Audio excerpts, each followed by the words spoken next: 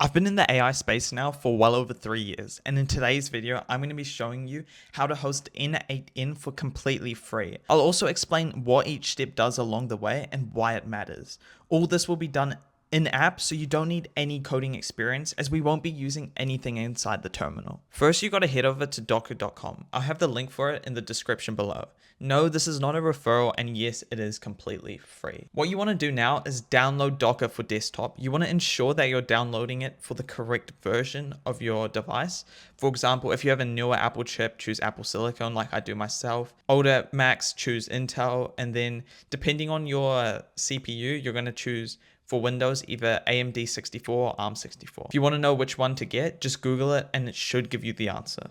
Once you've found the right operating system and downloaded it, try opening it up. As I've already completed the next 2 steps, I can try guide you through them, but it's pretty straightforward. It should give you a blurb about privacy, and then you can just press continue, and then it should give you the option to either choose the recommended settings or advanced settings. For this tutorial, stick with the recommended settings and then just press finish. Docker will have desktop access, which is fine as it needs it to manage your containers, which I'll explain what they are later. Docker will also ask some survey questions which you can skip through, and the only real important one is making sure you select a personal account when it gives you the option to choose between a personal and business account. If you've done all the steps so far correctly, you should be looking at a screen that looks something like this. On the top left side of the screen, it's important that it says Docker Desktop and then personal in small blue letters. Once you're here, you want to click sign in. It doesn't matter if you don't have an account, you'll be signing up to one. So once you're here, you want to go sign up and then just enter your information, or you can press continue with Google. For me, I just choose continue with Google as it's faster and saves you time in the long run. As I've already had an account, I'm just gonna go through and show you how quick the login process is.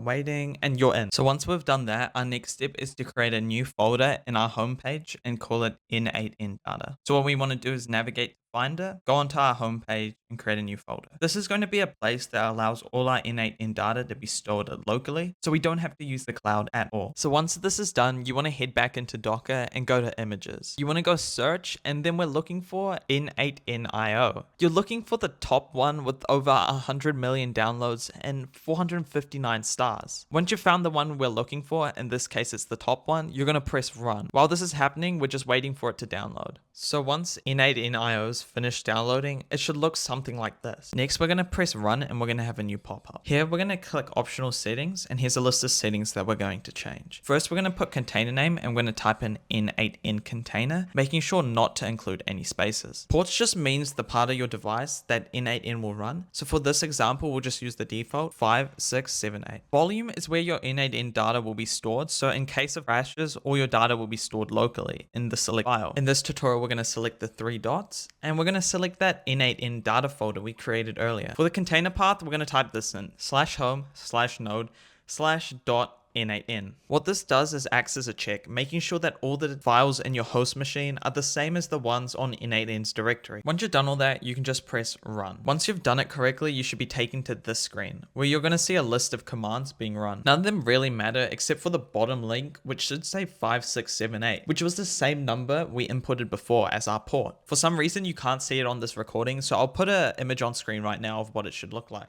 Clicking that link should take you to this page where it lets you create your n8n account. Keep in mind, this is not the same as your cloud account, so you will have to create a new one. So now I've just gone ahead and inputted all my details, and then we're just going to press next. After that, it gives you like a little survey to fill out. None of the answers really matter, so once you're done that, you just have to press get started. I do recommend letting them send you the free license key, as it's going to let you have all their premium features for completely free. So once you press send me the key, you're completely done. To build your first workflow, all you have to do is press start from scratch. But apart from that, you're completely done. Be sure to check out our free school community down below if you have any questions, issues, or you just want to be part of a community that posts daily free workflows to help you save time in your business. But yeah, that's all from me. Be sure to like, follow, and subscribe, and I'll catch you in the next one.